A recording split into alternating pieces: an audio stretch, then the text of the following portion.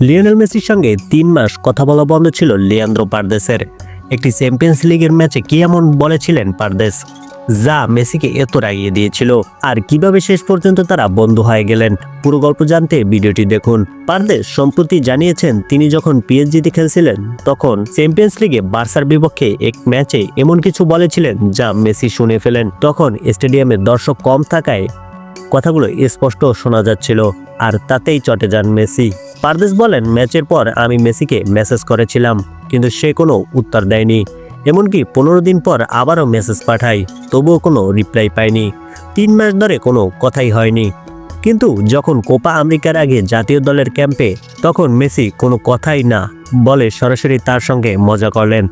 Paredes বলেন, সে আমার পেছনে এসে পানি ঢেলে দিল এবং হেসে জিজ্ঞেস করলো, আমি এত সকালে কি করছি।